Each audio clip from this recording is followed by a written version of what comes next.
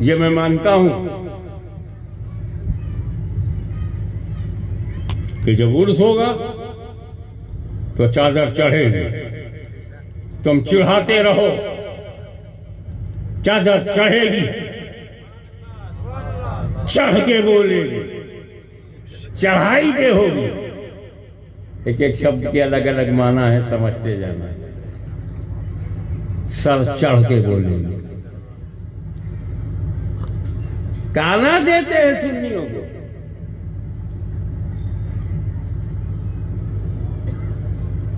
हजरत सैयद सुल्तान शाह की उम्र क्या थी जब वैसाल किया है? 40 साल की उम्र।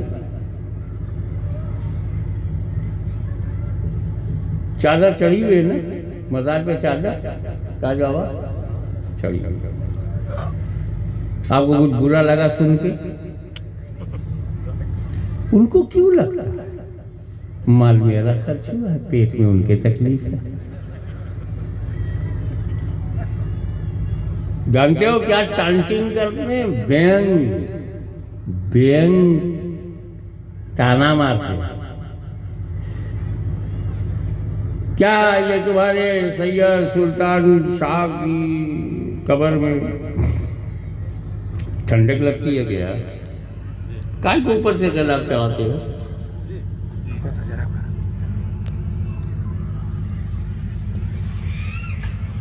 सर्दी लगती?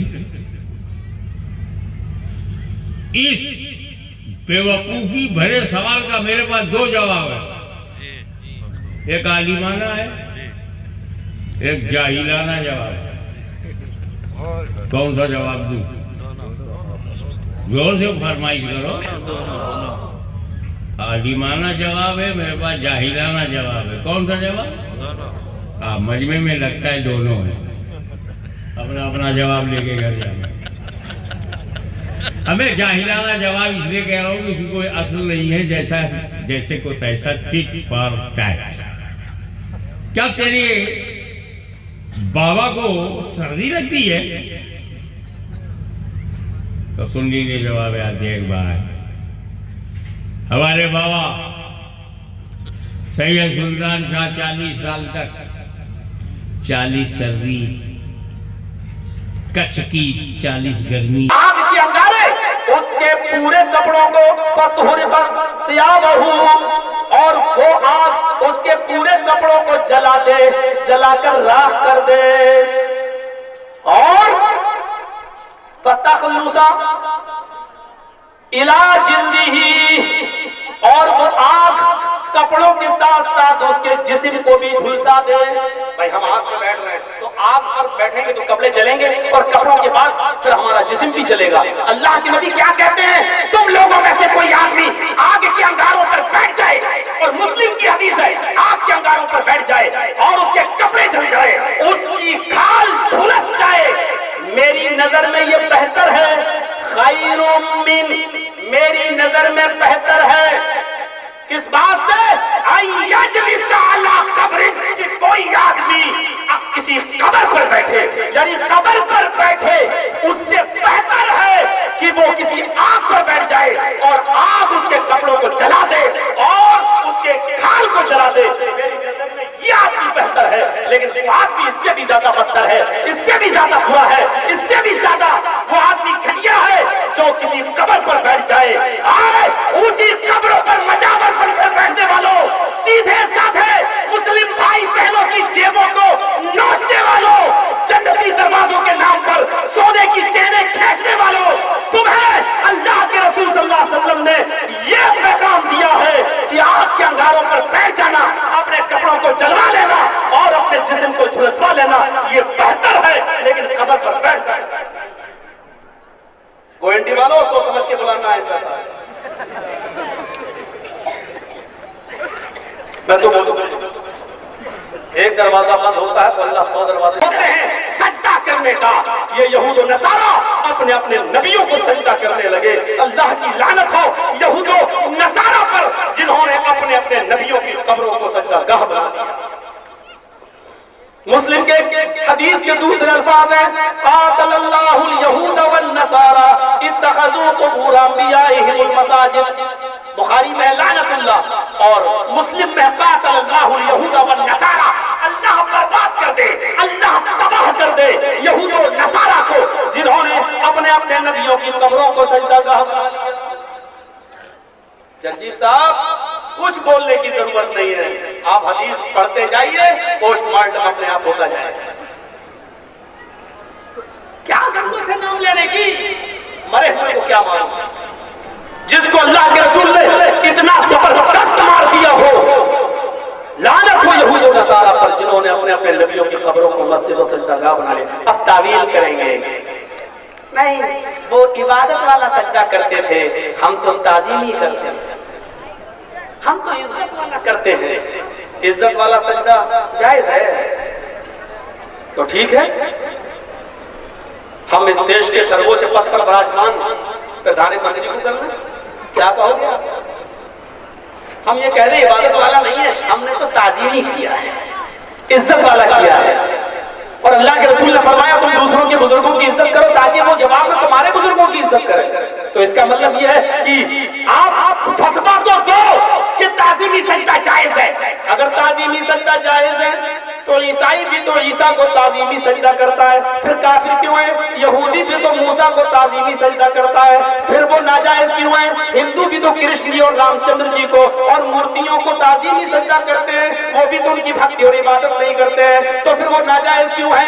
ये करें तो नाजायज, तुम करो तो जायज। अब लैपटॉप वाले बाबा आएंगे, इसकी तारीफ गौर करो मेरे प्यारे साथियों। अल्लाह के नबी ने फरमाया अल्लाह की लानत हो यहूद और नसारा पर, जिन्होंने अपने अपने नबियों की कब्रों को सजदागाह बना लिया। पूरी जिंदगी आप इसी से तो रोकते रहे लोगों को, कभी आपने इस अंदाज में लोगों को रोका?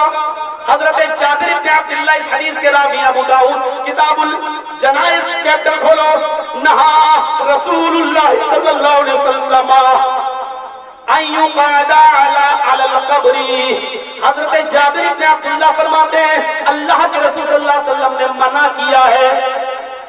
हम अपनी तरफ से कह रहे हैं, अल्लाह के नबी कहते हैं, जाबिर इब्न अब्दुल्लाह फरमाते हैं कि अल्लाह के नबी ने मना किया है अलल कब्री, कब्र के ऊपर बैठने से। यहाँ तो बैठेंगे नहीं तो इनकम ही नहीं होगी। कब्र पर बैठने से मना किया, और सिर्फ मना नहीं किया,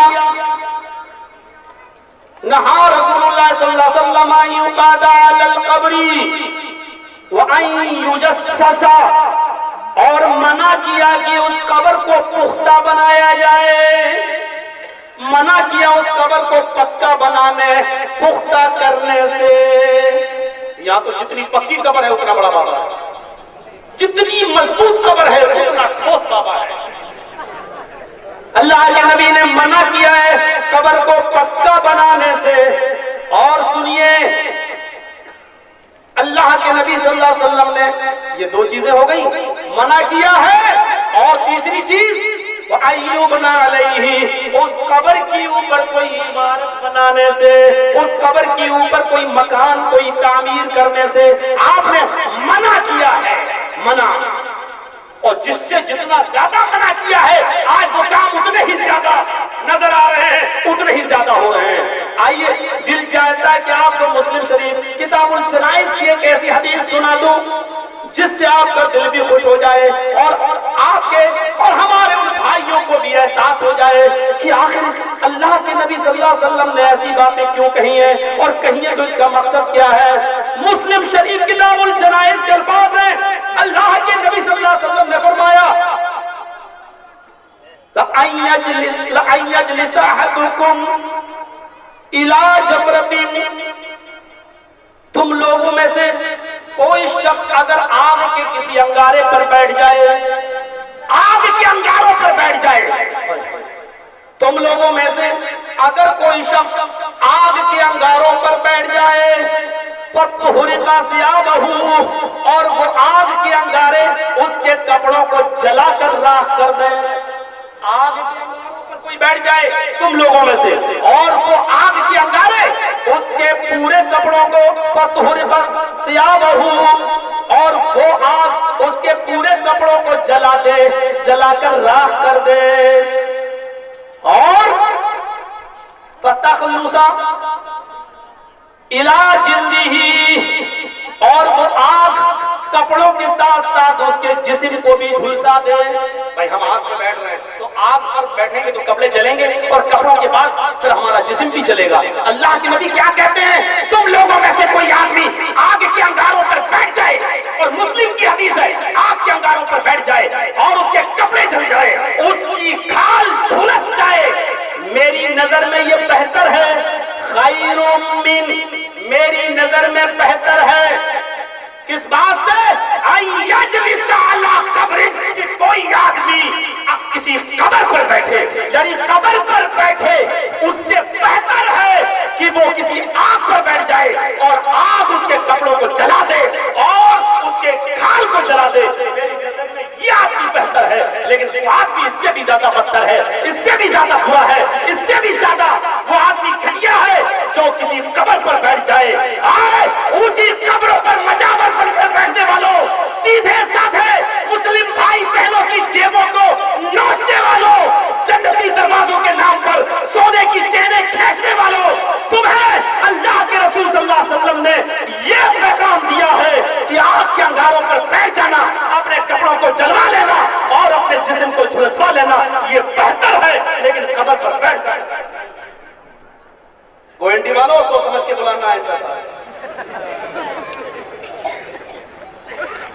मैं तो एक दरवाजा बंद होता है तो अल्लाह 100 दरवाजे खोलता है, यकीन ना आए तो देख लो।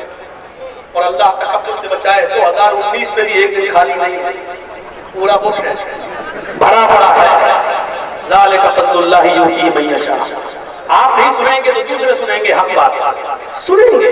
दरवाजे खुले हुए हैं, अल्लाह एक बंद करता है 100 और मैं अपने लिए थोड़ी सुनिए, इतनी बड़ी बात पूरी जिंदगी अल्लाह के रसूल सल्लल्लाहु अलैहि वसल्लम ने इसी तरफ किया। वो कैसे? 5 दिन पहले अल्लाह के नबी क्या कह रहे हैं, लानतुल्लाहि अलल यहूदी वन नसारा इत्तखज़ू कुबूर अंबियाइहिमुल मसाजिद। अल्लाह की लानत हो यहूद और नसारा पर, जिन्होंने अपने अपने नबियों की कब्रों को सजदागाह बना लिया।